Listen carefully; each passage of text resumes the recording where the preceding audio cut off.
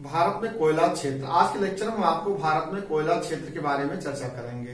तो भारत में अतीत काल से लेकर के मतलब प्राचीन काल से लेकर के ही इसे जो है कोयला को अनेक नामों से पुकारते चले आ रहे थे। जैसे इसको अंगारा पत्थर के नाम से जानते थे, इसे काली पहाड़ी के नाम से जानते थे, इसे बाराकर के नाम से जानते थे, इसे जो है काला सोना के नाम से जानते हैं। तो भारत में कोयले का निर्माण जो हुआ था आज से करीब कार्बोनिफेरस युग से भारत में कोयले का निर्माण जो हुआ है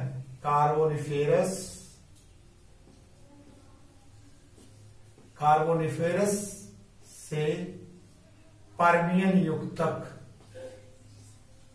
पर्मियन युग में कोयले का निर्माण हुआ, कोयले का निर्माण हुआ। अब भारत देखिए कार्बोनिफेरस युग से लेकर के पर्मियन युग में कोयले का निर्माण हुआ और यह गोंडवाना युग क्षेत्र में कार्बोनिफेरस युग और पर्मियन युग में कोयले का निर्माण हुआ। अब आप जान लीजिए कोयले का निर्माण जो हुआ गोंडवाना भाग में, गोंडवाना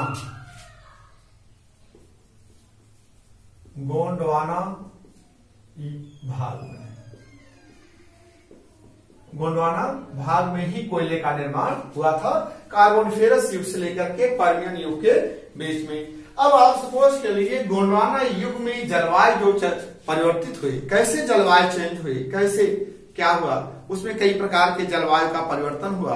वह परीक्षाओं में पूछा जाता है कि गोंडवाना लैंड में या गोंडवाना भूमि में जलवायु का परिवर्तन का क्रम बताएं। तो परीक्षाओं में अक्सर पूछा जाता है, तो आप इस क्रम को जानिएगा। पहले जो गोंडवाना लैंड में जो जलवायु पाई गई थी उस जलवायु को हम पहले शीतल जलवायु थी। कौन सी जलवायु थी? शीतल जलवायु, जिसे ठंडी जलवायु करते। फिर उष्ण एवं आर्द्र जलवायु थी, उष्ण एवं आर्द्र जलवायु, आर्द्र जलवायु। फिर इसके बाद उष्ण एवं शुष्क जलवायु, इसके बाद उष्ण एवं शुष्क जलवायु, फिर इसके बाद शीतल जलवायु, फिर शीतल जलवायु, फिर इसके बाद उष्ण एवं आर्द्र जलवायु, उष्ण एवं आर्द्र जलवायु। यह क्या है? गोंडवाना युग में, गोंडवाना युग में जलवायु किस प्रकार की थी? तो गोंडवाना युग में कई प्रकार की जलवायु के प्रमाण मिलते हैं। पहले शीतल जलवायु आया, फिर उष्ण एवं आर्द्र जलवायु, फिर उष्ण एवं शुष्क जलवायु, फिर शीतल जलवायु, फिर उष्ण एवं आर्द्र जलवायु। तो गोंडवाना युग में ये जलवायु का परिवर्तन देखने को मिलता। आज भी ऐसे है, जैसे उड़ीसा में तालचर खाने हैं कोयले की, तो वहां पर जो हिमानियों के निक्षेप पाए जाते हैं तो शीतल जलवायु के पाए जाते हैं। तो यह आप सपोज कर लीजिए गोंडवाना युग में ये जलवायु परिवर्तन देखने को मिलता है, उसके प्रमाण मिलते हैं। तो शीतल जलवायु के बाद उष्ण एवं आर्द्र जलवायु आई। उष्ण एवं आर्द्र जलवायु में कोयले का निक्षेप हुआ, कोयले वनस्पतियों का उद्भव हुआ। फिर इसके बाद उष्ण एवं शुष्क जलवायु हो गई, फिर शीतल जलवायु हो गई, फिर उष्ण एवं आर्द्र जलवायु हो गई। उष्ण एवं आर्द्र जलवायु में नवीन कोयले की परतों का निक्षेप का निर्माण हो गया। अब आपको बताएंगे भारत में कोयले की खोज, भारत में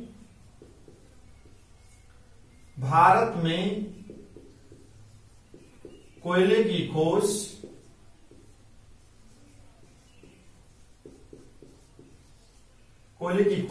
सन 1774 ईस्वी में,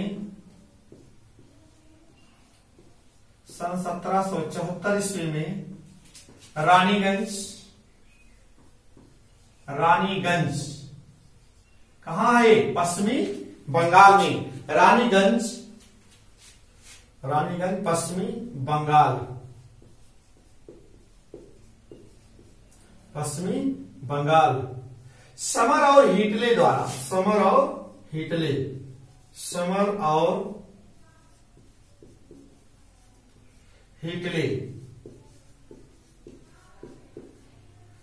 और हिटले द्वारा खोजा गया था।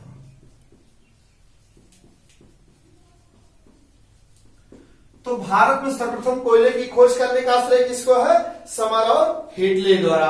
अब यह जो है भारत में कुल कितने, यह रानी भारत में कोयले की खोज सन 1774 ईस्वी में रानीगंज में समर और हिटले द्वारा खोजा गया था। यह गोंडवाना युगीन कोयले का भाग है। अब गोंडवाना युगीन कोयले में का कुल क्षेत्रफल जो है, आप जानते हैं कि कितने क्षेत्रफल में कोयले का निक्षेप पाया जाता है।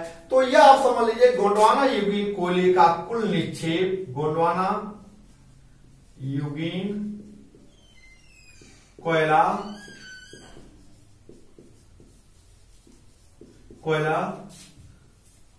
का कुल क्षेत्रफल, कुल क्षेत्रफल 47,200 वर्ग किलोमीटर में फैला हुआ है, किलोमीटर में फैला हुआ है। अब इस तरह से पूछा जाता है गोंडवाना युगीन कोयले का कुल क्षेत्रफल कितने क्षेत्र में फैला हुआ है, तो आप बताएंगे 47,200 वर्ग किलोमीटर में फैला हुआ। अब गोंडवाना युगीन कोयला किस प्रकार के कोयला के अंतर्गत आता है, या कौन सा प्रकार का कोयला पाया जाता है, तो आप बताएंगे बिटुमिनस।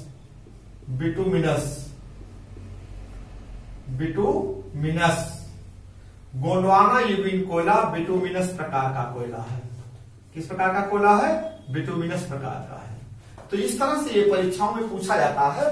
तो गोंडवाना युगीन कोयले का गोंडवाना युगीन कोयले में किस प्रकार का कोयला पाया जाता है, तो आप बताएंगे बिटुमिनस प्रकार का कोयला पाया जाता है। तो भारत में हम अब बताएंगे या कोयला कितने प्रकार का पाया जाता है। भारत में या कोयले के कितने प्रकार हैं? कोयला 4 प्रकार का होता है। कोयला कितने प्रकार का होता है? 4 प्रकार है इसका। कोयला, कोयले के प्रकार,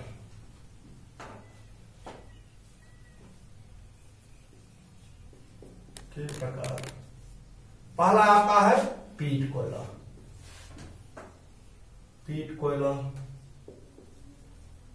यह दूसरा आपका है लिग्नाइट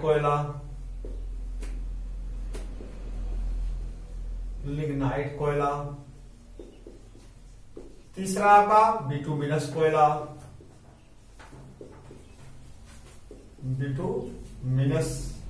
कोयला, चौथा आपका क्या है? एंथ्रेसाइट कोयला, सबसे उत्तम किस्म का कोयला है ये एंथ्रेसाइट कोयला। अब देखिए कोयले का जो निर्धारण किया गया है वो कार्बन के अंश के आधार पर। अब हम आपको बता दे रहे, पीट कोयला जो है लकड़ी का दूसरा रूप चेंज हो गया था। जब दबाव पृथ्वी के अंदर ये वनस्पतियां दब जाती हैं, दबाव और ताप के कारण इन वनस्पतियों का रूप चेंज हो जाता है। जब वैसे ही वनस्पति का रूप चेंज हो जाता है तो वह किस प्रकार का कोयला बनता है? पीट कोयला। पीट कोयला में कार्बन का अंश कितना है? कार्बन का अंश 40% से कम। लिग्नाइट कोयला में कार्बन का अंश कितना है? कार्बन का अंश 40 से 55% तक, 40 से 55% तक कार्बन का अंश पाया जाता है। बिटुमिनस में कार्बन का अंश कितना पाया जाता है? 55 से 80% तक, 55 से 80% तक। अब देखेंगे एंथ्रेसाइट कोयला में सबसे उत्तम किस्म का कोयला है। इसमें जो 80% से लेकर के 55% कार्बन का अंश पाया जाता है। सबसे उत्तम किस्म का कोयला है। देखिए वनस्पतियों के दब जाने के कारण पहले उसका रूप कौन सा होता है? पीट कोयला। पीट कोयला फिर कालांतर में किस कोयले का रूप बन जाता है? लिग्नाइट कोयला। फिर यह लिग्नाइट कोयला कालांतर किस रूप बन जाता है? बिटुमिनस।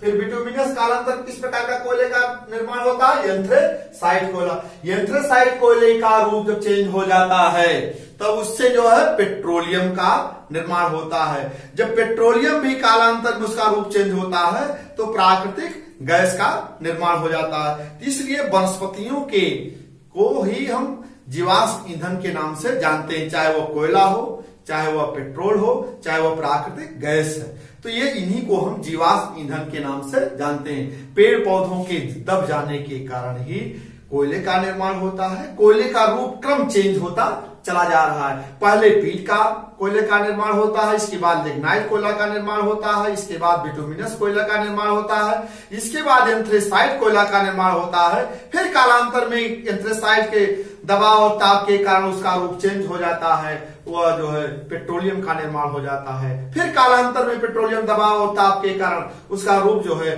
गैस बन जाता है, जिसे हम प्राकृतिक गैस के नाम से जानते हैं। ये क्या है, आपके जीवाश्म ईंधन के नाम से जाने जाते हैं। अब हम बताएंगे यह जो है परंपरागत ईंधन के अंतर्गत आते हैं।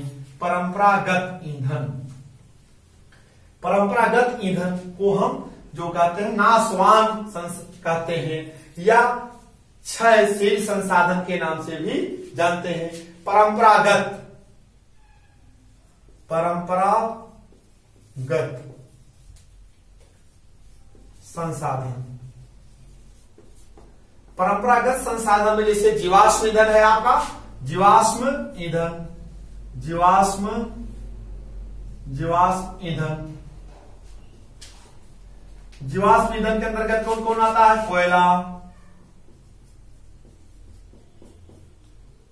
पेट्रोल, गैस, प्राकृतिक गैस, जीवाश्म ईंधन हो गए। और आपका एक है आणविक खनिज, आणविक खनिज। ये जो है इसे हम नाशवान संसाधन के नाम से भी, इसे नाशवान कहा जाता है, नाशवान संसाधन के नाम से जानते हैं। नाशवान संसाधन या क्षयशील संसाधन, या हम क्षयशील संसाधन कहते हैं, क्षयशील संसाधन कहते हैं।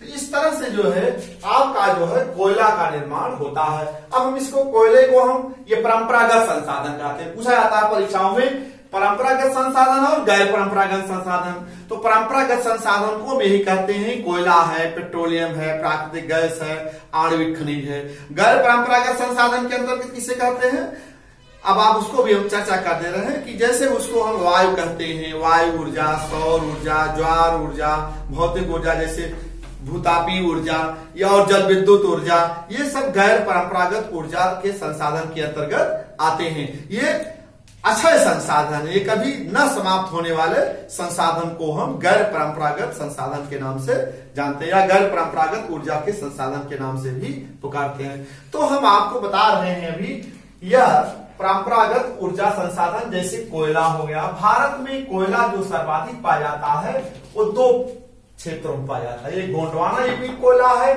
एक पहला है आपका गोंडवाना युगीन कोयला, गोंडवाना युगीन कोयला। गोंडवाना युगीन कोयला जो है आपका कहां कहां पाया जाता है यह बता दे रहे हैं। आपका पहला है आपका दामोदर घाटी कोयला क्षेत्र, दामोदर घाटी कोयला क्षेत्र।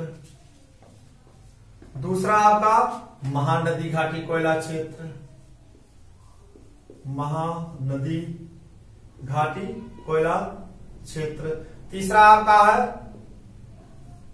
सोन नदी घाटी कोयला क्षेत्र, सोन नदी घाटी कोयला क्षेत्र।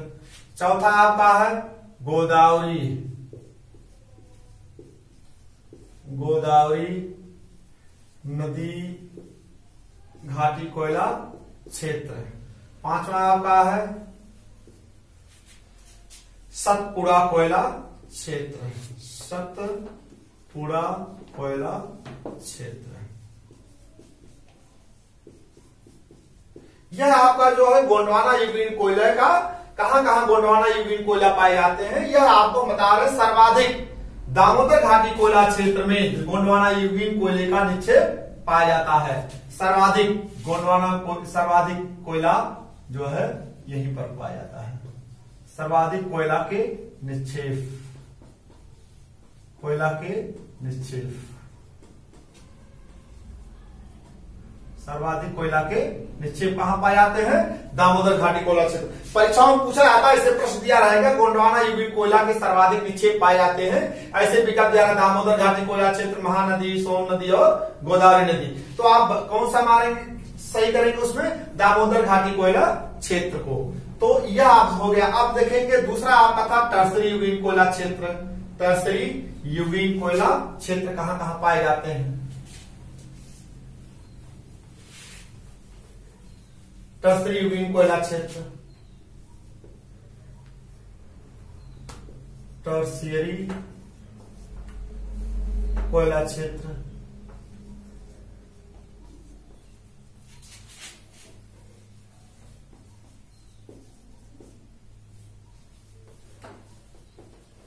अब देखिए टर्सरी यूगिन कोयला क्षेत्र कहां कहां पाए जाते हैं?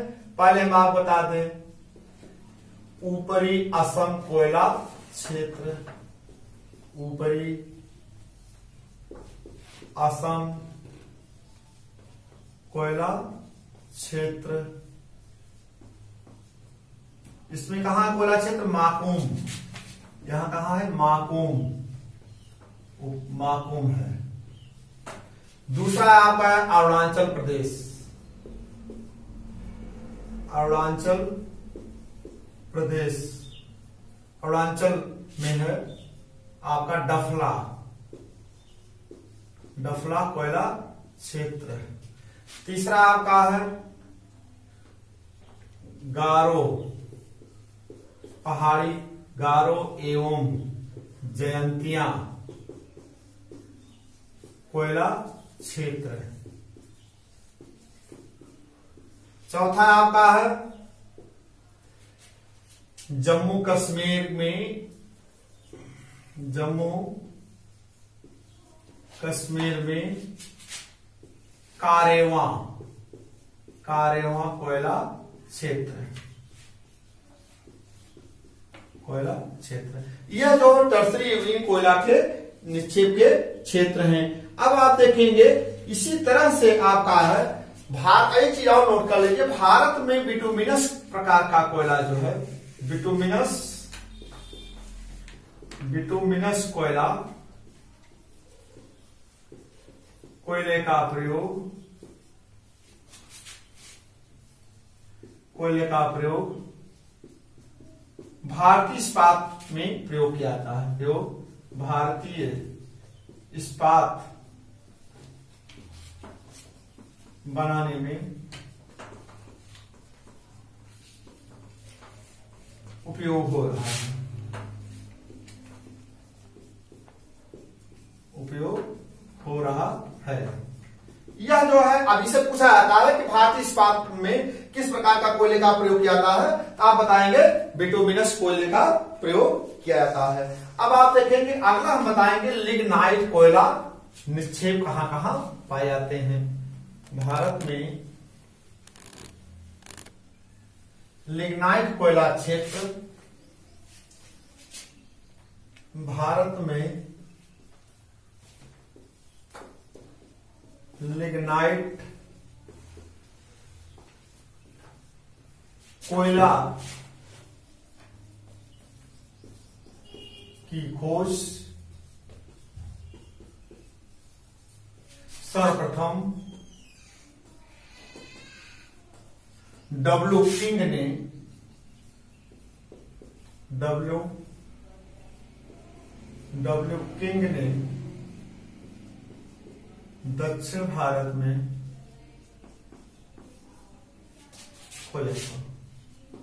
दक्षिण भारत में नेवेली, नेवेली कहां है? दक्षिणी आर्काट जिला, दक्षिणी आर्काट जिले तमिलनाडु में है। तमिल, ये परीक्षाओं में पूछा जाता है कि में है। अभी आपको ये पता नहीं रहा होगा कि भारत में लिग्नाइट कोयले की खोज सर्वप्रथम किसने किया था? डब्ल्यू किंग ने। कहा था? दक्षिण भारत में नेवेली के दक्षिण आकार जिले में तमिलनाडु में है। इसका कुल क्षेत्रफल जो है 256 वर्ग किलोमीटर है। इसका कुल क्षेत्रफल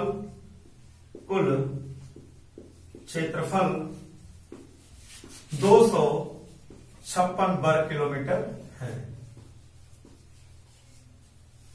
256 वर्ग किलोमीटर है। लिग्नाइट कोयला क्षेत्र जो ये तो मुख्य रूप से यही पाया जाता है, और भी भारत के अन्य राज्यों में पाया जाता है, उसको बता दे रहे हैं। जैसे राजस्थान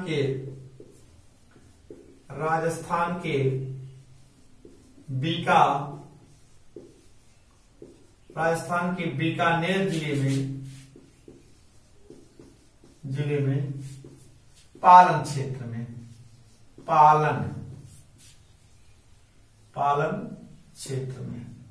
ये परीक्षाओं में पूछा जा सकता है, इसलिए जानिएगा। राजस्थान के बीकानेर के पालन क्षेत्र में जो कोयला पाया जाता है। इसी तरह से आप देखेंगे आपका जो है राजस्थान के या गुजरात में भी पाए जाते हैं। राजस्थान हो गया, फिर गुजरात में भी है आपका। गुजरात में, जम्मू कश्मीर में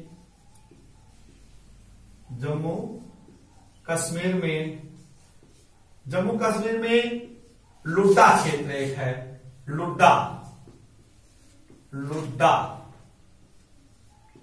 लुड्डा क्षेत्र में यहां भी कोयले की ये जो है लिग्नाइट कोयला पाया जाता है। इस तरह से जो है लिग्नाइट कोयले का प्रयोग किया। लिग्नाइट कोयले से जो है दक्षिण भारत के उद्योगों में बड़ा प्रोत्साहन मिला है। दक्षिण भारत में उद्योगों की स्थापना में सर्वाधिक सहयोग जो है लिग्नाइट कोयले का प्रयोग किया था, या लिग्नाइट कोयले के कारण दक्षिण भारत में उद्योगों की स्थापना हो सकी है। तो इस तरह से दक्षिण भारत में कोयले का उत्पादन हो गया। और फिर आपका हो गया उसी तरह से क्या नाम है, गोंडवाना युगीन कोयला।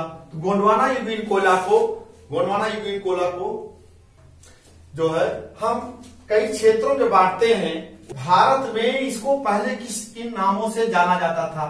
अब आपको बता दें, भारत में प्राचीन काल में कोयले को हम जो है अनेक नामों से पुकारते थे। इसको लोग पहले भारत में अंगारा पत्थर के नाम से जानते थे। किस नाम से जानते थे?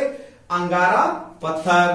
फिर आपको इसको काला पत्थर के नाम से जानते, या काला पहाड़ी। भारत में प्रश्न पूछा जा सकता है, इसलिए बता दे रहे हैं आप लोगों को। भारत में कोयला को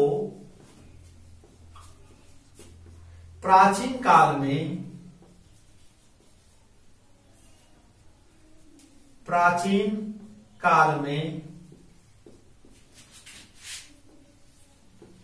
अंगारा पत्थर, ये सब जान लीजिएगा, नोट कर लीजिएगा आप लोग। अंगारा पत्थर एवं काली पहाड़ी,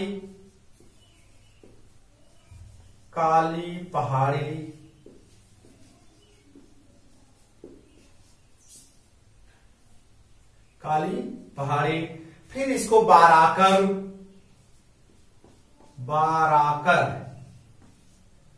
एवं दामोदर तथा काला सोना के नाम से भी जाना जाता है।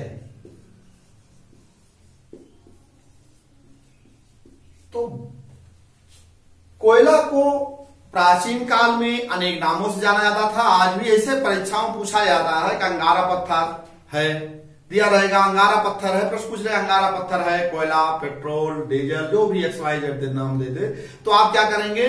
कोयला का सही करेंगे। तो इसलिए कोयला को हम अंगारा पत्थर के नाम से जानते हैं, काली पहाड़ी के नाम से जानते हैं, दामोदर के नाम से भी जानते हैं, बाराकर के नाम से भी जानते हैं। इसके अनेक नाम हैं। इसे हम वर्तमान समय में काला सोना के नाम से भी जाना जाता है। तो इसे उद्योगों की जननी कहा जाता है, शक्ति का प्रतीक माना जाता है। कोयला को उद्योगों की जननी और शक्ति का प्रतीक माना जाता है। जिस देश में जहां जहां कोयले का उत्पादन सर्वाधिक होता है वहां पर जो है वह अब उसको देश का विकास सर्वाधिक होता है।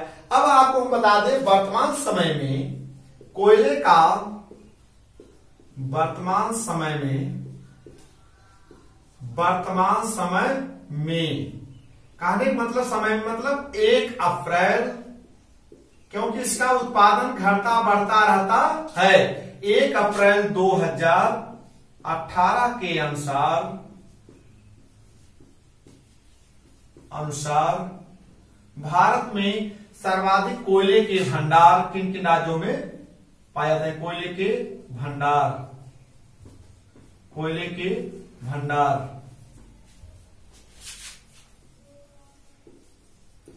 के भंडार हैं। तो अवरोही क्रम बता रहे हैं, भंडार अवरोही क्रम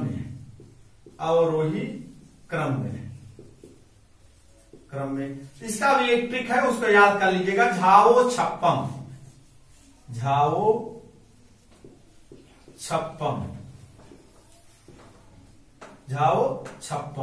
याद कर लीजिएगा, ऐसे पूछा जा सकता है। और वही क्रम, झा से क्या हो जाएगा आपका? झा से झारखंड। ओ से क्या हो जाएगा? ओडिशा।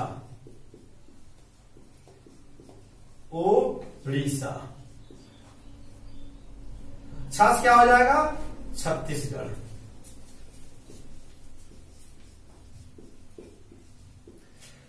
पास क्या हो जाएगा? पश्चिमी बंगाल।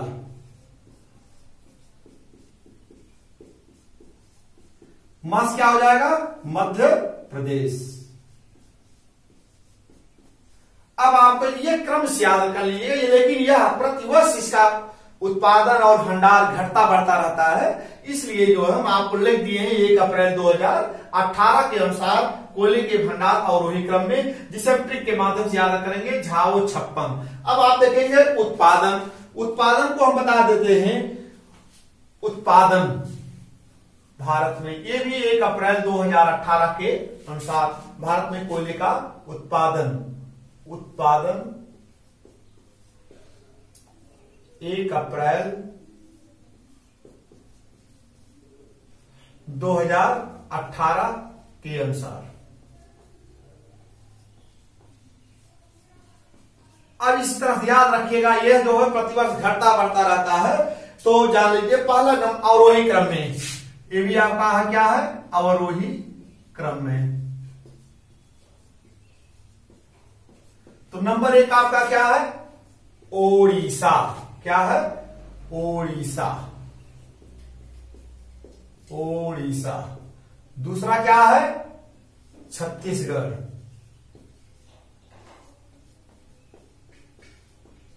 तीसरा क्या है? झारखंड है।